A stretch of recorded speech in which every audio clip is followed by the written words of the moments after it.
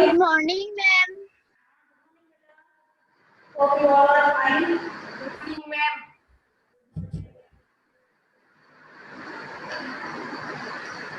Good morning, ma'am.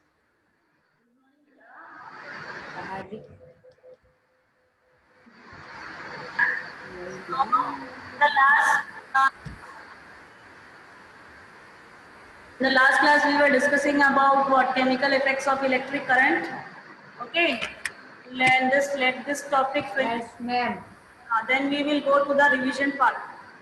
And I think this is the last chapter of the chemistry. Okay, ma'am. Okay. So in the last class we were discussing about the chemical effects of electric current, and we were discussing about the distilled water and the rainwater. Okay. So we were discussing about the rainwater and the rainwater that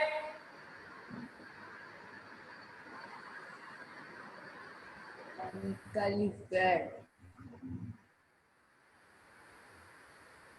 rain water was conducting electricity. तो आप लोगों ने बोला ma'am rain water तो बहुत pure होता है, ऐसा नहीं है बेटा। रेन वाटर जो होता है वो एसिडिक होता है, लेकिन इतना एसिडिक नहीं होता कि आपको हार्म कर सके। जब रेन वाटर ऊपर से गिरता है तो जब बादल से कंडेंस होकर गिरता है तब वो एसिडिक नहीं रहता। लेकिन आज क्या है, आज का कंडीशन क्या है, इतना ज्यादा पोल्यूशन है कि हवा में, एयर में जो है CO2 का अमाउंट जो है वो बहुत बढ़ गया है कि नहीं। तो ये CO2 नॉर्मली ऊपर रहेगा नहीं। ओके ओके, तो CO2 जो है वो आपका नॉर्मली तो रहेगा नहीं। ये CO2 हवा में है तो जाहिर सी बात है किसी ना किसी के साथ रिएक्ट करेगा। तो जब बारिश होती है तो ये जो है बारिश में क्या वाटर है, ये बारिश में CO2 जो है वो कंबाइन होकर H2CO3 बना लेता है, कार्बोनिक एसिड बना लेता है। और ये कार्बोनिक एसिड जो रहता है क्या रहता है, स्लाइटली एसिडिक होता है। ये वीक एसिड रहता है, बहुत ज्यादा स्ट्रॉन्ग एसिड नहीं होता। ठीक है, तो ये क्या होगा, जैसे अगर आप इस रेन वाटर को भी अगर लोगे ना, ये एसिडिक की नेचर होता है, तो अगर आप इसको बीकर में लोगे, आप मेटालिक वायर लेके आप यहाँ पे क्या बैटरी बनाओगे। ओके, बैटरी बनाओगे तो और यहाँ पे बल्ब अगर लगा के आप फिर से इलेक्ट्रिकल सर्किट बनाओगे, तो आप क्या ऑब्जर्व करोगे कि ये बल्ब जो है वो ग्लो करेगा। This bulb will glow. Why?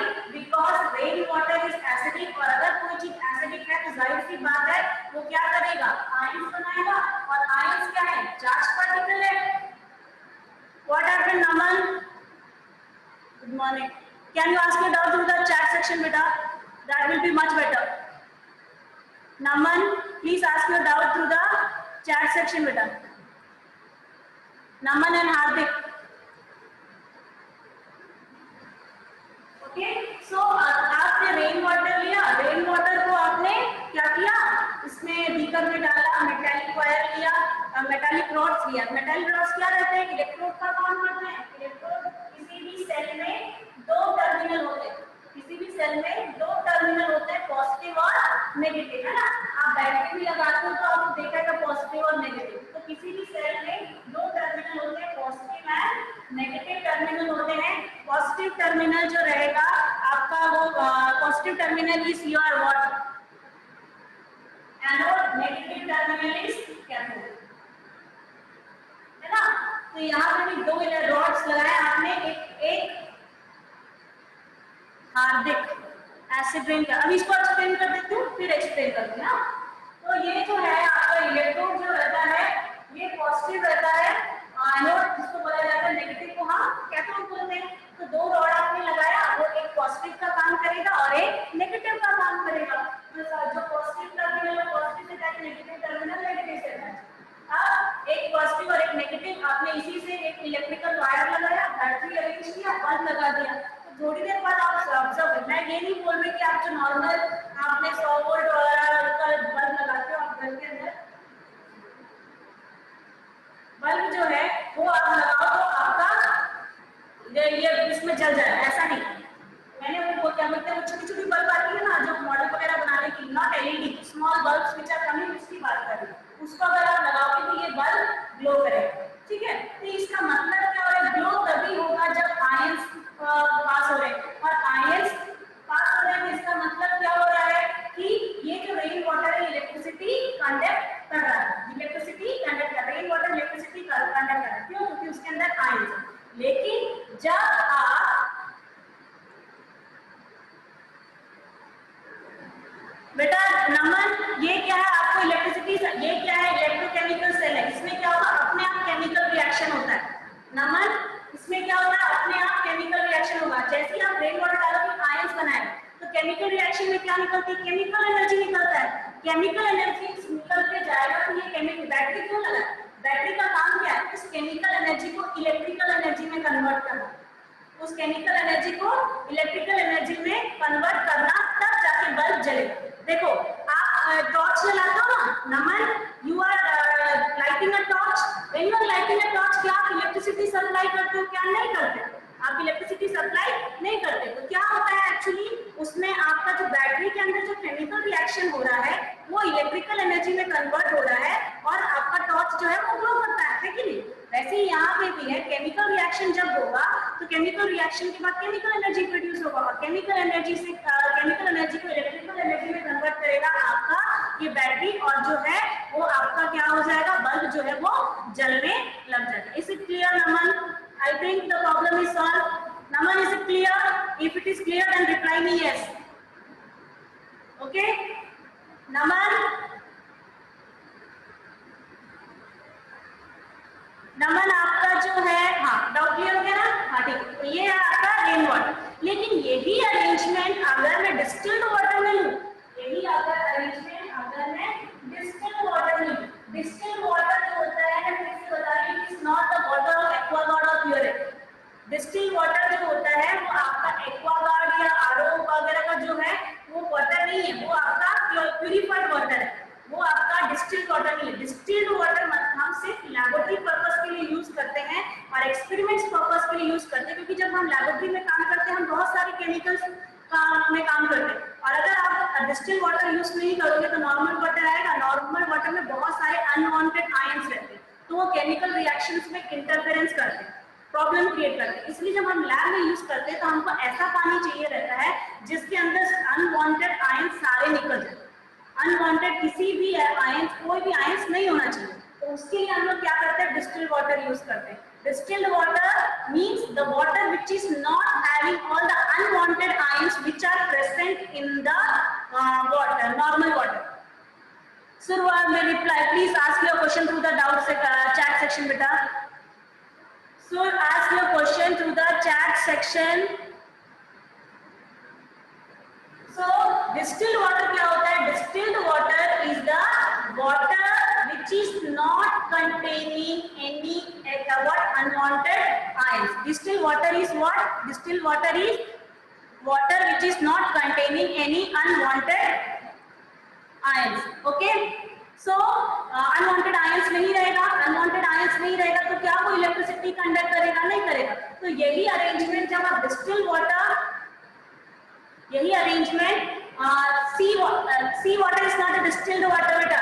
C water में इतना नमक होता है, नमक खारा पानी होता है ना, समुद्र का पानी खारा होता है। खारा क्यों होता है, क्योंकि उसमें नमक होता है। नमक यानी ढेर सारे आयंस, ढेर सारे आयंस मतलब so your syllabus is if it is not there, I will tell me your number, I will transfer to you, okay, or message me, okay, I will transfer the syllabus of the half yearly, okay, and I think it is uploaded in the portal. So distilled water is not what, distilled water is not containing any unwanted ions. तो यही arrangement जब आप distilled water में करोगे तो आपको कोई glow, bulb का जो ग्लो है वो नहीं दिखाई देगा। जैसे यही वो arrangement मैंने किया, प्लस माइनस बैटरी और उसके बाद बल्ब, और इसको मैंने जोड़ दिया, तो इस बार बल्ब विल नॉट ग्लो। क्यों नहीं ग्लो होगा, क्योंकि इसके अंदर कोई आयंस ही नहीं है। तो आयंस ही नहीं है तो कोई केमिकल एनर्जी तो प्रोड्यूस होगा ही नहीं। केमिकल एनर्जी प्रोड्यूस नहीं होगा तो इलेक्ट्रिकल एनर्जी प्रोड्यूस नहीं होगी, और इलेक्ट्रिकल एनर्जी प्रोड्यूस नहीं होगा बल्ब नहीं जलेगा, है कि नहीं। तो डिस्टिल्ड वाटर में आयंस नहीं होता, इसलिए वो क्या करेगा, क्या बोलते हैं, केमिकल एनर्जी प्रोड्यूस नहीं करेगा। केमिकल एनर्जी प्रोड्यूस नहीं हो रहा है, इसलिए बल्ब भी नहीं ग्लो करेगा। Is it clear? अंडरस्टूड? तो रेन वाटर इलेक्ट्रिसिटी कंडक्ट करता है, सी वाटर भी इलेक्ट्रिसिटी करता है, normal drinking water, tap water आप जो लेते हो, टैप वाटर जो लेते हो ना, वो भी इलेक्ट्रिसिटी कंडक्ट करेगा, लेकिन distilled water will not conduct electricity. Okay, clear? Distilled water कैसे प्रोड्यूस होता है बेटा? डिस्टिल्ड वाटर के लिए डिस्टिलेशन मशीन आता है, डिस्टिलेशन चैम्बर आता है, वो आप इंडस्ट्रियल लेवल पे भी करते हो और small scale level. Industrial level में मतलब बड़ी बड़ी इंडस्ट्रीज से डिस्टिल्ड वाटर प्रोड्यूस करने का काम भी करते हैं, तो उनके लिए लार्ज स्केल में होता है। लैबोरेटरी में भी आपको डिस्टिलेशन चैम्बर, स्मॉल स्केल में जब हमको छोटे छोटे इंस्ट्रूमेंट्स भी मिलते हैं जिसको हम लोग डिस्टिलेशन चैम्बर बोलते हैं, डिस्टिलेशन फ्लास्क भी बोलते हैं, तो ऐसा मशीन आपको खरीदने के लिए मिलता है, उसमें ऑटोमेटिकली आपको डिस्टिलेशन होके वाटर मिलेगा। ओके, हाँ, बैटरी में भी डिस्टिल्ड वाटर डालते हैं, उसको बैटरी वाटर बोलते हैं, है ना, बैटरी वाटर भी बोलते हैं। वो आप मार्केट से खरीदते हो ना, आप घर में थोड़ी बनाते हो, तो वो डिस्टिलेशन, वो मैंने क्या बोला, डिस्टिल्ड वाटर आप लैब में भी बनाते हो और इंडस्ट्रियल लेवल पे भी बनाते हो। लैब में करोगे तो उसके लिए अलग से मशीन आता है, इंस्ट्रूमेंट आता है, ठीक है, तो वो आपको प्रोड्यूस करके देता है। हम बैठ के छान छान के, पानी छान छान के नहीं बनाते, ठीक है, क्लियर है? तो ये हुआ आपका डिस्टिल्ड वाटर और रेन वाटर। अब इतना समझ में आ गया? क्लियर है? तो ये क्या हुआ, chemical effect of electric current, ठीक है, chemical effects of electric current में एक चीज ये तो समझ में आ गई कि आपका जो करंट है उससे आप लाइट एनर्जी प्रोड्यूस कर सकते हो और वो बल्ब जो है जलेगा। अब कौन सा, अब आपको पुअर कंडक्टर, गुड कंडक्टर तो मैं ऑलरेडी लास्ट क्लास में बता चुकी थी, और मैंने आपको सॉलिड सब्सटेंस में पुअर कंडक्टर, गुड कंडक्टर बताया था। अब लिक्विड में मैंने आपको बताया, लिक्विड में जो आपको जरूरत है वो बता दी। लिक्विड में आपको जैसे लेमन जूस के बारे में बोलता है, तो लेमन जूस एसिड है, अगर आपको कोई एसिड और बेस की बात बोल रहे ना, तो तुरंत लिख देना कि वो कंडक्टिंग है, क्योंकि एसिड या बेस जो रहते हैं वो आयंस प्रोड्यूस करते हैं। तो एग्जाम में अगर ऐसा कुछ आता है कि कोई एसिड का एग्जांपल दे दिया, कोई बेस का एग्जांपल दे दिया, जैसे सिट्रिक एसिड पूछ लिया, बेकिंग सोडा सोल्यूशन पूछ लिया, तो अगर आपको कोई एसिड या बेस का एग्जांपल दे रहा है ना, तो आप उसको डायरेक्ट सोच के लिख सकते हो कि ये आयंस प्रोड्यूस करेगा, और आयंस जो है वो इलेक्ट्रिसिटी तो कंडक्ट करेंगे, इसलिए वो गुड कंडक्टर ऑफ इलेक्ट्रिसिटी है। तो सपोज अगर आपका जो है सोल्यूशन जो है वो आपका जो सब्सटेंस जो है आपको नहीं समझ में आ रहा, बल्ब नहीं जल रहा है, यानी कि बहुत पुअर सप्लाई ऑफ इलेक्ट्रिसिटी है, तो आप इस बल्ब की जगह एलईडी भी यूज कर सकते हो। LED, light emitting diode, light emitting diode, इसको भी आप यूज कर सकते हो। छोटी छोटी एलईडी भी यूज कर सकते हो। एलईडी यूज करने का फायदा क्या होता है, एलईडी जो रहता है वो वीक सप्लाई ऑफ इलेक्ट्रिसिटी में भी जल जाता है। एलईडी को बहुत कम इलेक्ट्रिसिटी चाहिए रहता है ग्लो करने के लिए, तो अगर आपका सोल्यूशन बहुत कम इलेक्ट्रिसिटी सप्लाई भी कर रहा है ना, तो भी वो जल जाएगा। This is the benefit of using what, this is the benefit of using what LED. Naman, neons is what you are telling, neons not, no iron,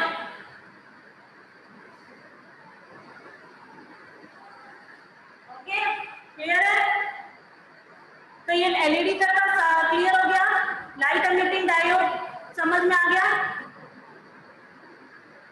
okay, तो ये जो है ये आपका कौन सा पुअर कंडक्टर है, कौन सा गुड कंडक्टर है, इसको डिटरमाइन करने का तरीका है, ठीक है, इतना क्लियर है लड़का?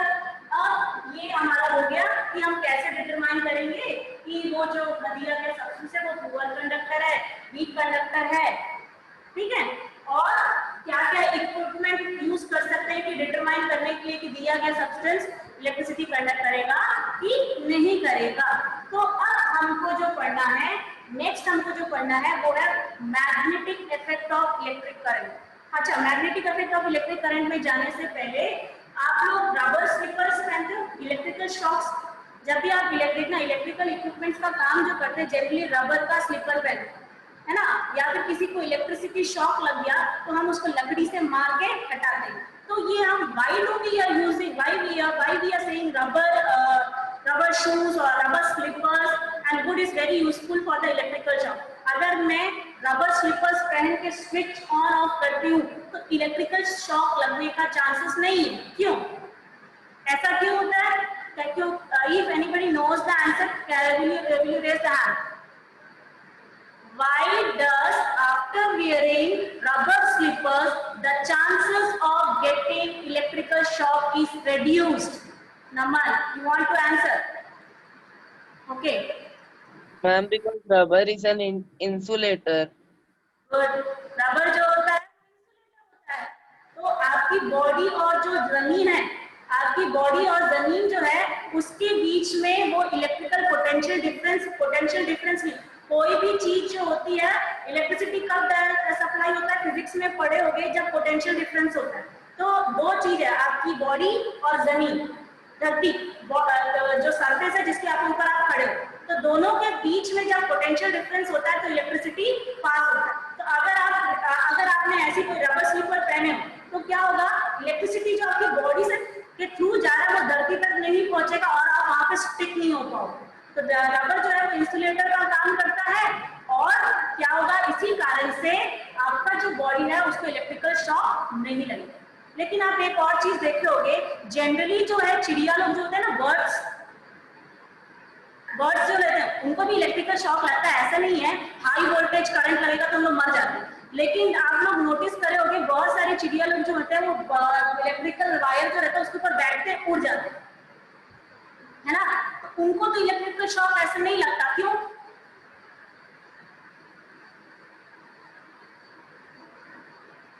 ऐसा क्यों? Can anybody reply? Keshav.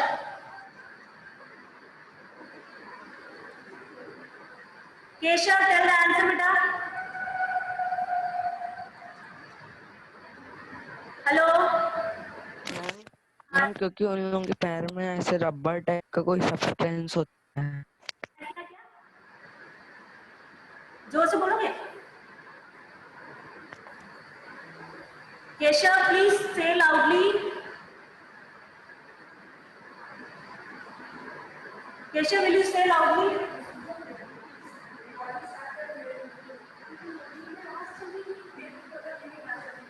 Just 1 second, beta, I'm coming. Just 1 second.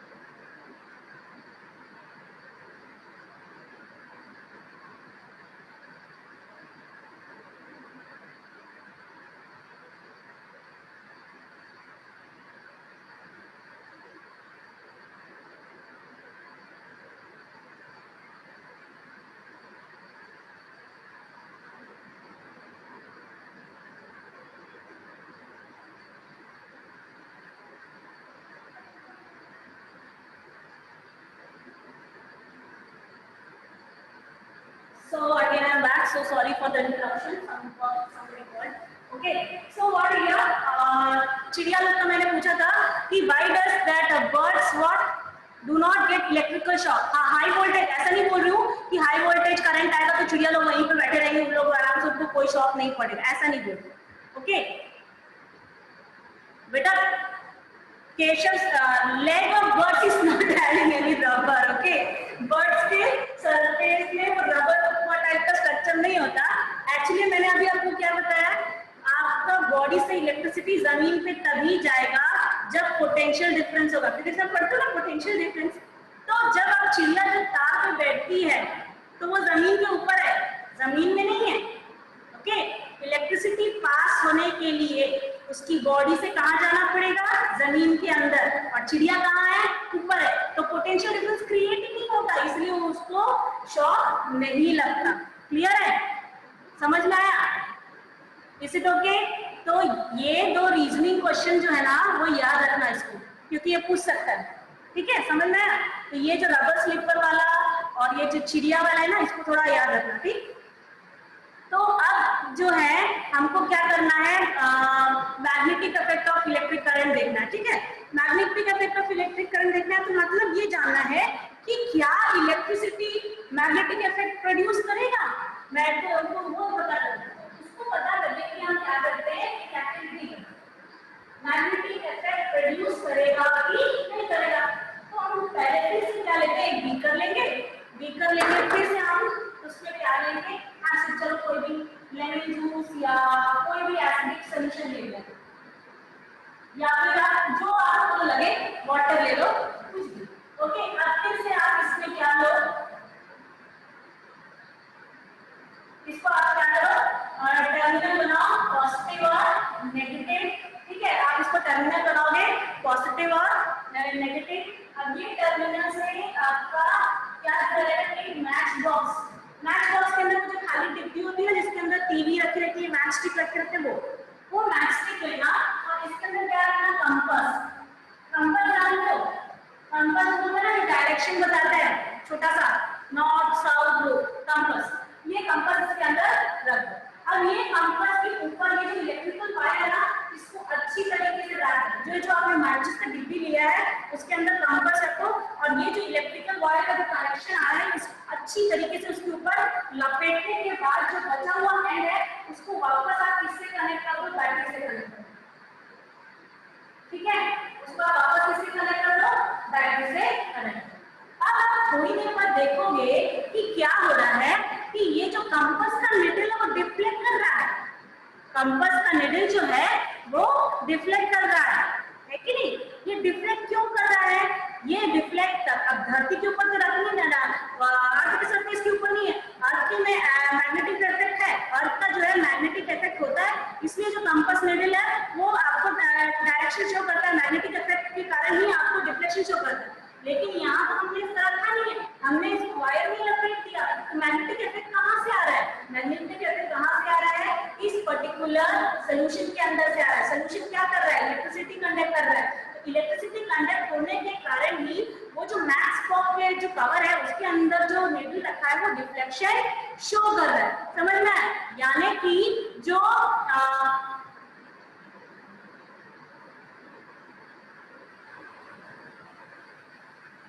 Wait a second, हाँ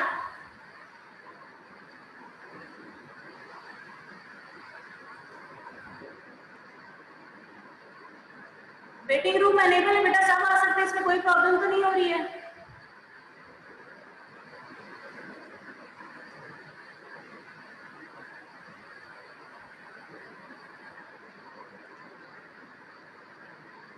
ओके, वेटिंग रूम अनेबल है बेटा, जो आ सकता है आ सकता है यहाँ। हार्दिक हाँ, last 5 minutes explain, I will explain, हाँ I will explain बेटा, I will explain, don't worry about that. सो यहाँ पे क्या हो रहा है, मैग्नेटिक इफेक्ट और इलेक्ट्रिक करंट है, तो मैग्नेटिक इफेक्ट हो रहा है तभी वो कंपास जो है वो डिफ्लेक्शन शो कर रहा है, क्लियर है। तो ये जो एक्सपेरिमेंट है ये क्या इंडिकेट कर रहा है कि ये जो इलेक्ट्रिक करंट है वो मैग्नेटिक इफेक्ट प्रोड्यूस कर रहा है। तो आपको मैग्नेटिक इफेक्ट टेस्ट करना था, तो आप कोई भी, मैंने लेमन जूस का एग्जांपल लिया है, ऐसा नहीं है कि आप लेमन जूस के अलावा कोई और एग्जांपल नहीं ले सकते, आप ले सकते हो, वाटर ले सकते हो, डिस्टिल्ड वाटर नहीं, कोई और आपका जो प्योर लेमन जूस हो गया, प्योर टैप वाटर हो गया, रेन वाटर हो गया, उसको ले सकते हो। उसके बाद आप यही अरेंजमेंट करो, बस थोड़ा सा मॉडिफिकेशन करना, बल्ब की जगह आप ये कंपास वाला मैच बॉक्स रखना और उसके ऊपर वायर जो है अच्छे से रोल आउट कर देना। तो आपका अगर इलेक्ट्रिसिटी पास होगा ना तो वो कंपास डिफ्लेक्शन शो करेगा, कंपास के अंदर जो निडल है ना वो डिफ्लेक्शन शो करेगा, डिफ्लेक्शन शो करेगा। तो इसका मतलब जो है ये जो इलेक्ट्रिसिटी जब पास हो रहा है उस वायर के थ्रू तो वो मैग्नेटिक इफेक्ट प्रोड्यूस कर रहा है, वो मैग्नेटिक इफेक्ट प्रोड्यूस कर रहा है तभी उस कंपास के अंदर का निडल जो कि आपका जो आपका मेटल से बना है वो डिफ्लेक्ट हो रहा है, क्लियर है, understood. Wait, what happened, Keshav? What happened, Keshav?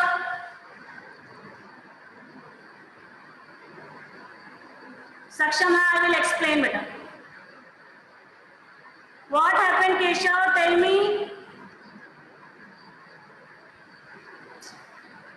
Can you ask your doubt through the chat?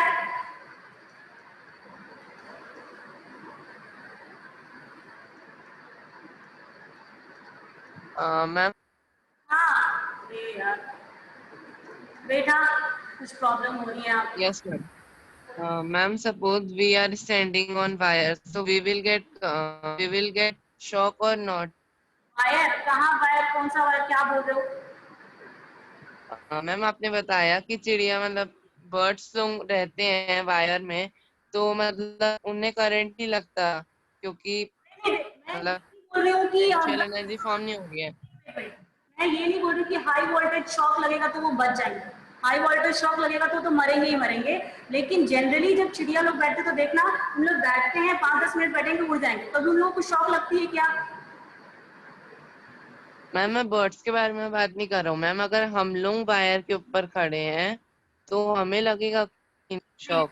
Insulation, अगर आप देखो, आप कहीं भी जाते हो तो आप इंसुलेटर पहन, मतलब इंसुलेटर पहन के जाते हो, आप रबर स्लीपर पहन के। देखना जितने भी इलेक्ट्रिशियंस जो काम करने आते हैं ना, अगर आप बुलाओगे तो उन लोग सब क्या करके पहन के आते हैं, जनरली रबर स्लीपर्स पहनते हैं, रबर के शूज पहनेंगे या फिर रबर स्लीपर पहनेंगे। उसके अलावा वो प्रेफर नहीं करते दूसरा। क्यों? क्योंकि आप ये जो ट्रांसफार्मर वगैरह में चढ़ के जो इलेक्ट्रिशियंस काम करते हैं ना, उनको भी नोट करना, उन लोग नंगे पैर ऊपर नहीं चढ़ेंगे, उन लोग स्लीपर पहन के चढ़ेंगे या फिर रबर का कोई शू पहन के चढ़ेंगे। क्योंकि उन लोग क्या कर रहे हैं, इंसुलेटर पहन के चल रहे हैं, ताकि उनको जो शॉक लगने का चांसेस है वो कम हो जाए, इसीलिए। ठीक है, क्लियर है रजत? Yes ma'am. कोई और इश्यू बेटा?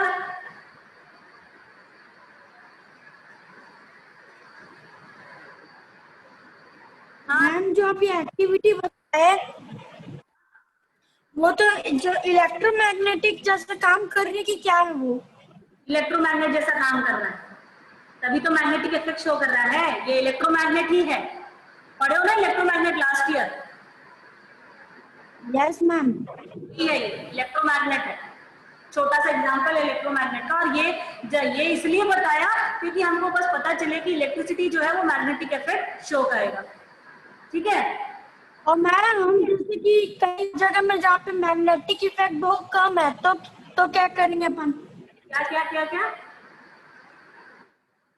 अपन अब जैसे कि मैं डेजर्ट अगर मैं खड़ा हूँ वहाँ पे मैग्नेटिक इफेक्ट कम है, तो मतलब तो कैसे होगा फिर? आपका साउंड आ रहा है लेकिन क्लियर नहीं है बेटा, थोड़ा क्लियर बोलोगे, एकदम जोर से मत बोलो, वो इको कर रहा है, समझ नहीं आ रहा है। हेलो रजत, हेलो मैम बोलो। मैम जैसे कि ऐसी जगह पे खड़ा हूँ हाँ, जहाँ पे मैग्नेटिक इफेक्ट नहीं आ रहा है। मैग्नेटिक इफेक्ट नहीं आ रहा है, अच्छा तो हाँ, उससे हम ये जो इलेक्ट्रोमैग्नेट वाला आप बताए थे वो कर सकते हैं कि नहीं? इलेक्ट्रिक इफेक्ट,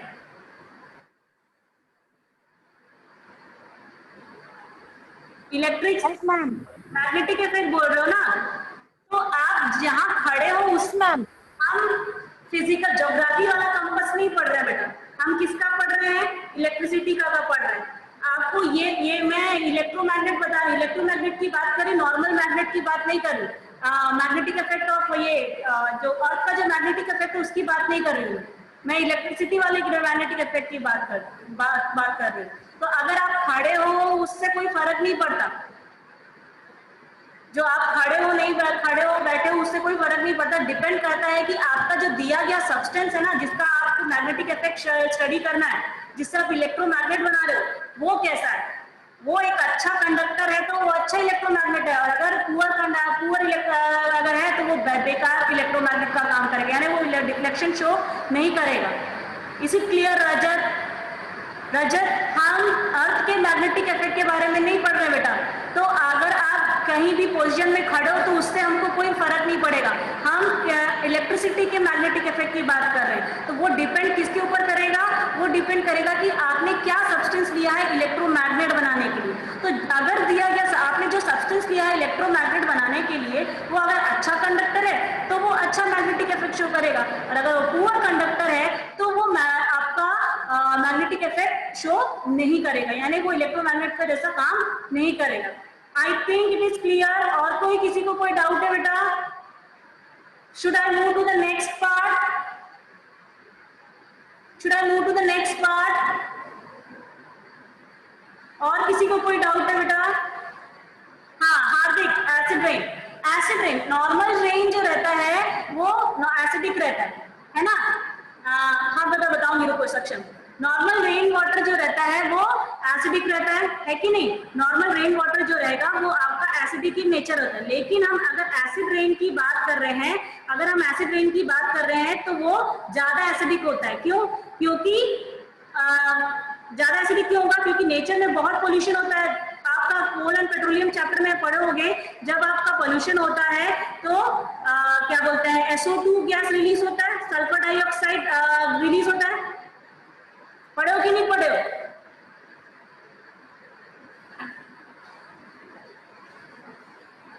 जब आपका नेचर में पोल्यूशन होता है तो पोल्यूशन, आप जो बहुत सारे फ्यूल यूज करते हो तो उसमें क्या रहता है, सल्फर वगैरह रहता है। तो ये जो रहती है फ्यूल क्या प्रोड्यूस करते हैं, SO2 करते हैं। ये SO2 अगर आपका रेन वाटर में मिल गया, ये SO2 अगर रेन वाटर में मिल गया तो आपका डेंजरस एसिड बना रहा है, सल्फरस एसिड।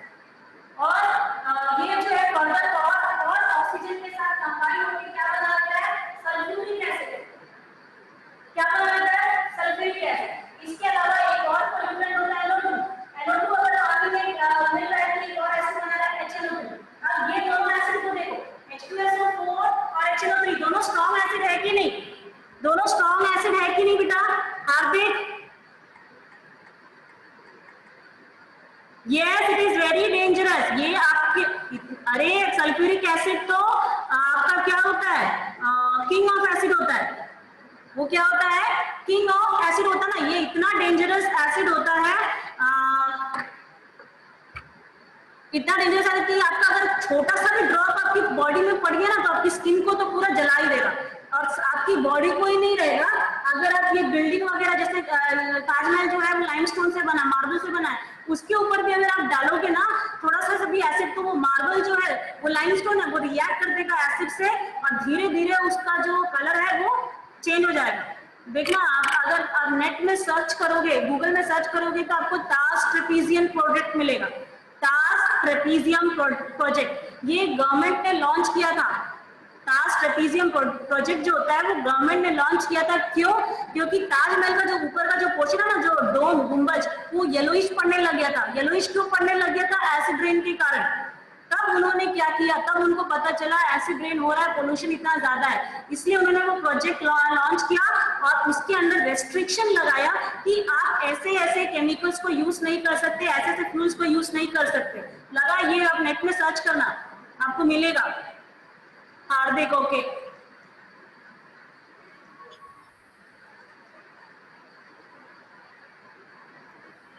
एसिड रेन कभी दिखता क्यों नहीं? अगर एसिड रेन होगा ना तो आप सब मर जाएंगे बेटा। एसिड रेन नहीं हो रहा है यही अच्छी बात है, थोड़ा बहुत हुआ है इसलिए लोगों को पता चला कि एसिड रेन क्या है। ठीक है, एसिड रेन नहीं होना चाहिए, होगा तो हम भी मरेंगे, प्लांट्स एनिमल सब मर जाएंगे। ठीक है, एसिड रेन यस मैम। वगैरह में CNG बसेस चलने लग गई और आपको ये सब कम यूज करने बोला गया ना, पेट्रोल डीजल। क्यों बोल रहे हैं? क्योंकि फ्यूल जितना ज्यादा यूज करोगे तो ये SO2 और NO2 गैस नेचर में उतना ज्यादा रिलीज होगा और उतना ज्यादा वो पानी के साथ कंबाइन करके dangerous acid like sulphuric acid, sulphurous acid, nitric acid बनाएगा। और अगर ये बन गया तो हम खत्म, क्योंकि ये एसिड हो गया और एसिड गिरेगा तो आपका ये पूरा स्किन जो जल जाएगा। ये जो आपकी टीवी सीरियल्स वगैरह में भी आ गया, आप लोग देखे हो कि नहीं पता नहीं।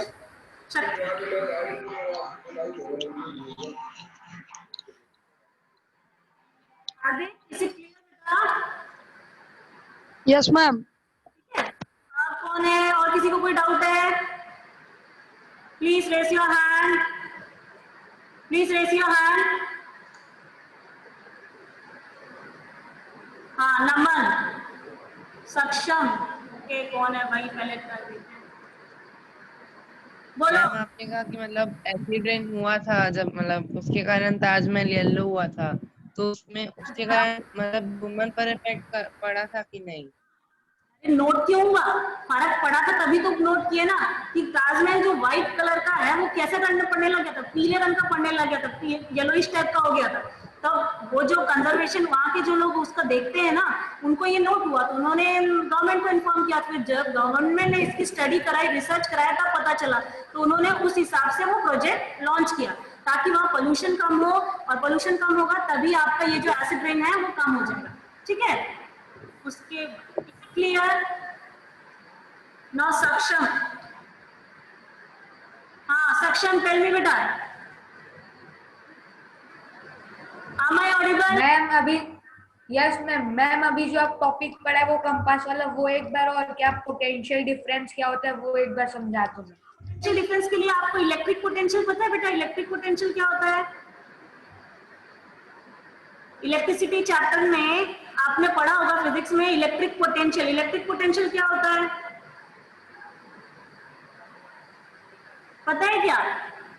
हेलो सक्षम? नहीं ना, तो चलो सिंपल तरीके से समझ में आया तो सुन। इलेक्ट्रिक पोटेंशियल मतलब amount of work done. Electric potential क्या होता है?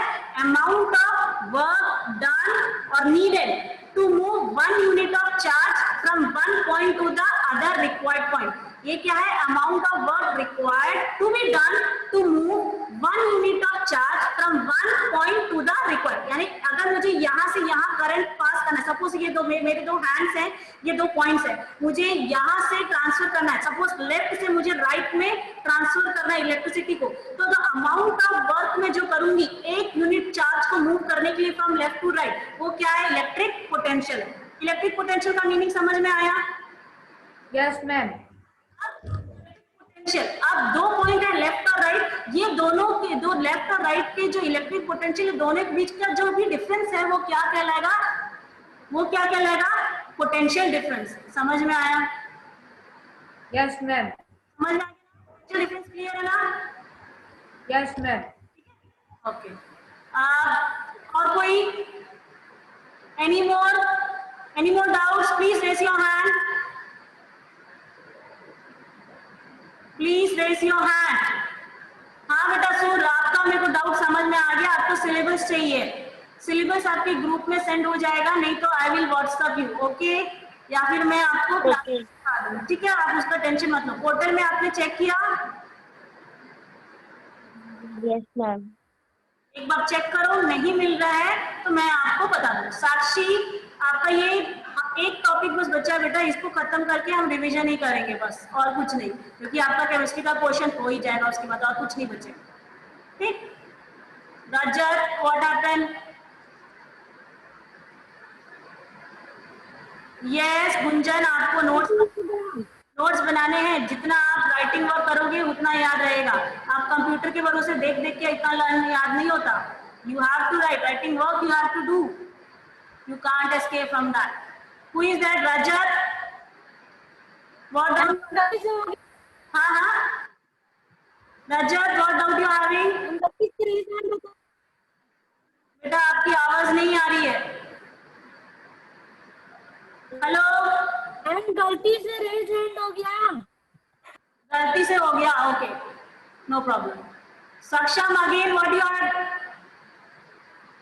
Okay, any other problem Saksham? You are having any other doubt?